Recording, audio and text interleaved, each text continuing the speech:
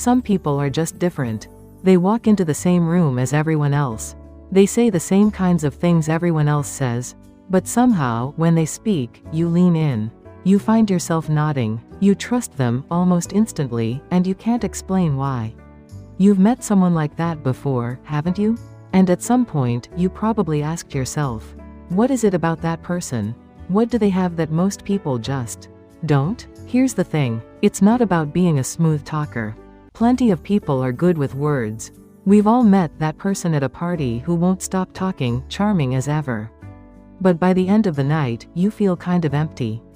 Moving someone's mouth is easy. Moving someone's heart is rare. Every single day, we're navigating relationships that require us to connect. On a deeper level, at work, you need your teammates to actually trust your ideas.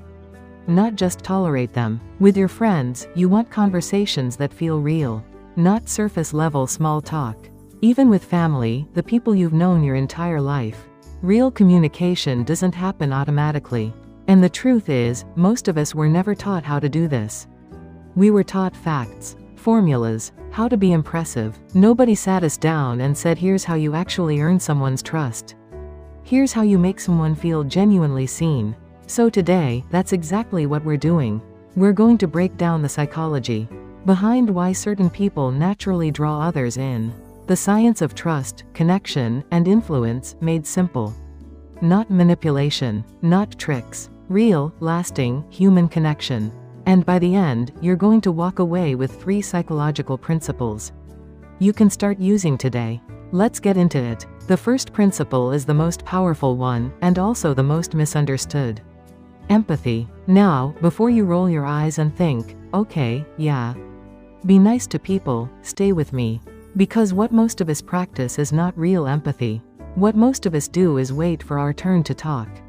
Here's what real empathy looks like. Someone tells you they're stressed about a presentation at work. The average person says, oh, I've been there. One time I had this presentation and just like that, the conversation is about them. The person who truly connects. They pause. They look at you, and they say, that sounds exhausting. Walk me through what's going on. That pause, that shift in attention, changes everything. Psychologists call this the principle of similarity, which basically means we're naturally drawn to people who feel like us, who seem to get us, who reflect our experience back to us. When someone makes us feel understood, our brain doesn't just register it emotionally. It actually registers it as safe. That's not a metaphor. Neuroscience research shows that feeling truly heard activates the same reward centers in the brain as physical comfort.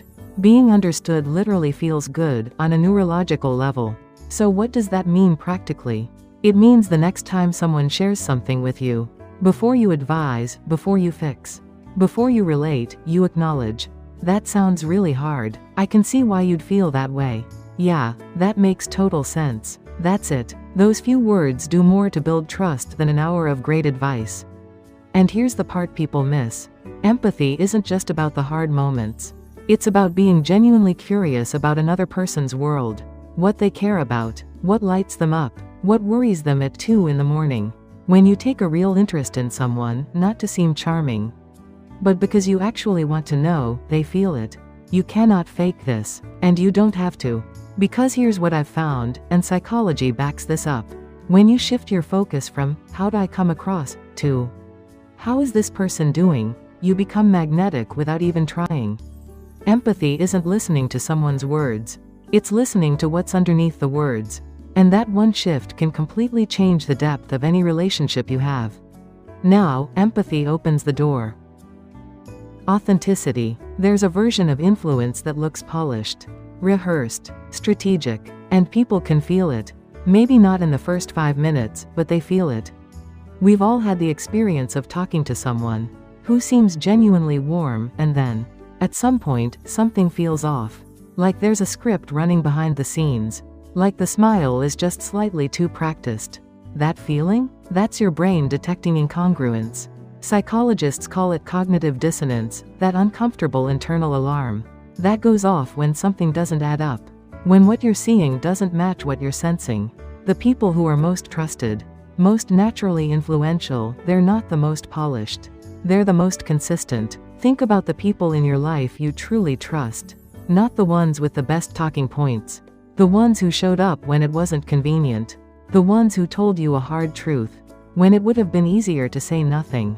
The ones who did what they said they were going to do. That's authenticity in action. And there's actually a psychological mechanism behind why it works so well. It's called the reciprocity principle. And it's one of the most well-documented forces in social psychology. When someone does something genuine for us, even something small, we don't just feel grateful. We feel a pull to give back. Not because we're keeping score, but because genuine kindness creates a kind of emotional bond. It signals this person is safe. This person is real. This person is worth investing in. And here's the thing about authenticity. It doesn't require a grand gesture. It's following up when you said you would. It's admitting when you're wrong. It's saying, I don't know, instead of pretending. It's the small, consistent moments that quietly add up. I used to think influence was about being impressive. About having the right answer, the best story, the most confident delivery. But when I look back at the people I've trusted most in my life, they weren't the most impressive. They were the most real. Authenticity isn't a strategy. It's a choice you make every single day. And over time, it becomes the most powerful thing about you. Okay, we've got empathy, we've got authenticity. Now let's talk about the third principle. This one is subtle, but it might be the one that changes your daily life the most. Positive energy. Not fake positivity. Not relentless cheerfulness. Not plastering a smile on your face when everything's falling apart. I mean something quieter than that, and way more powerful. Think about the people in your life who make you feel better. Just by being around. You're not even sure what they did. They didn't solve your problem. They didn't give you some life-changing advice. But after spending time with them, you feel lighter. A little more okay. Like things might actually work out. That's not an accident. That's a psychological phenomenon called emotional contagion. Which is the idea that emotions are genuinely contagious. The same way a yawn spreads across a room, so do moods. Energy and emotional states. Your nervous system is picking up on micro-signals constantly. Tone of voice, posture, eye contact, the way someone breathes when they're talking to you. All of it sends a signal. Is this person relaxed or tense? Open or closed? Warm or cold? People who make us feel calm and good, we want to be around them. It's not complicated. It's biology. But here's the piece that most people overlook. Positive energy isn't just about how you feel. It's about how you make other people feel about themselves. And the most effective way to do that is through specific, genuine recognition. Not just, good job. That's forgettable. But, hey, the way you handled that situation yesterday. The fact that you stayed calm when everyone else was spiraling. That actually made a huge difference.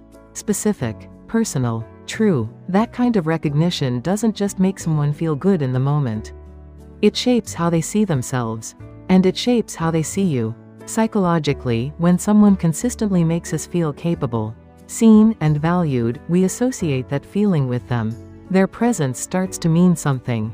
That's the difference between someone people tolerate and someone people genuinely want in their corner. Now let's bring this all together.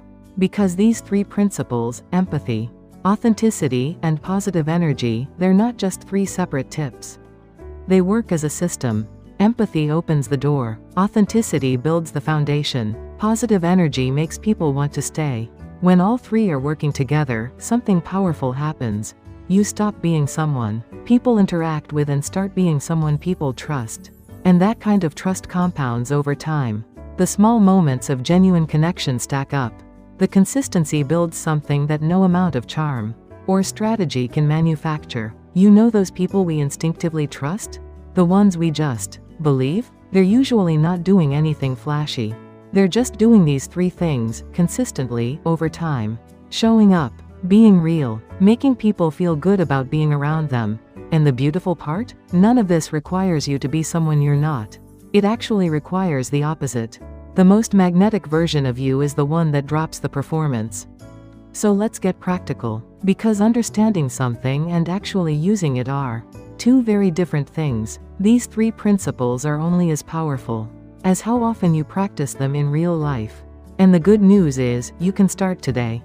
In conversations you're already going to have.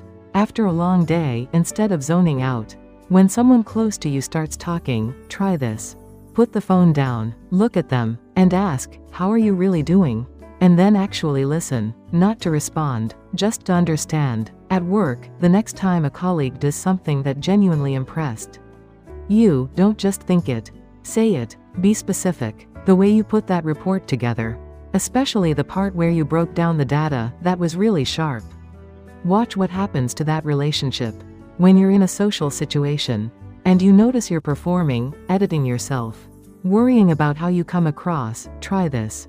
Ask yourself what's actually true right now. And say that, not the polished version, the real version. It feels vulnerable at first. But vulnerability done right isn't weakness. It's the fastest route to genuine connection that exists. Here's what I want you to take away from all of this. Winning people over isn't about being better at talking. It's about being better at connecting. And the foundation of connection is always the same. 3 things make people feel heard. Show up as yourself, and make them feel good about who they are. The effort you put into understanding other people doesn't just improve your relationships. It changes you, because when you practice real empathy, you become more patient. When you practice authenticity, you become more confident. When you practice positive energy, you become someone even you want to be around. The psychology is clear on this. The people who build the deepest relationships, the ones who seem to have this invisible gravitational pull, they're not special by accident. They made a choice, quietly, consistently, every day, to listen a little harder, to show up a little more honestly, to make the people around them feel a little less alone. And you can do the same thing, starting with the very next conversation you have, not because you want something from people, but because this is who you want to be. That's the secret. It was never about influence. It was always about who you become in the process of caring. If this video hit home for you, hit subscribe so you don't miss the next one. Drop a comment below and tell me, which of these 3 principles do you want to work on most? I read every single one. And share this with someone in your life who's really good at making people feel seen. They deserve to know why it works. I'll see you in the next one.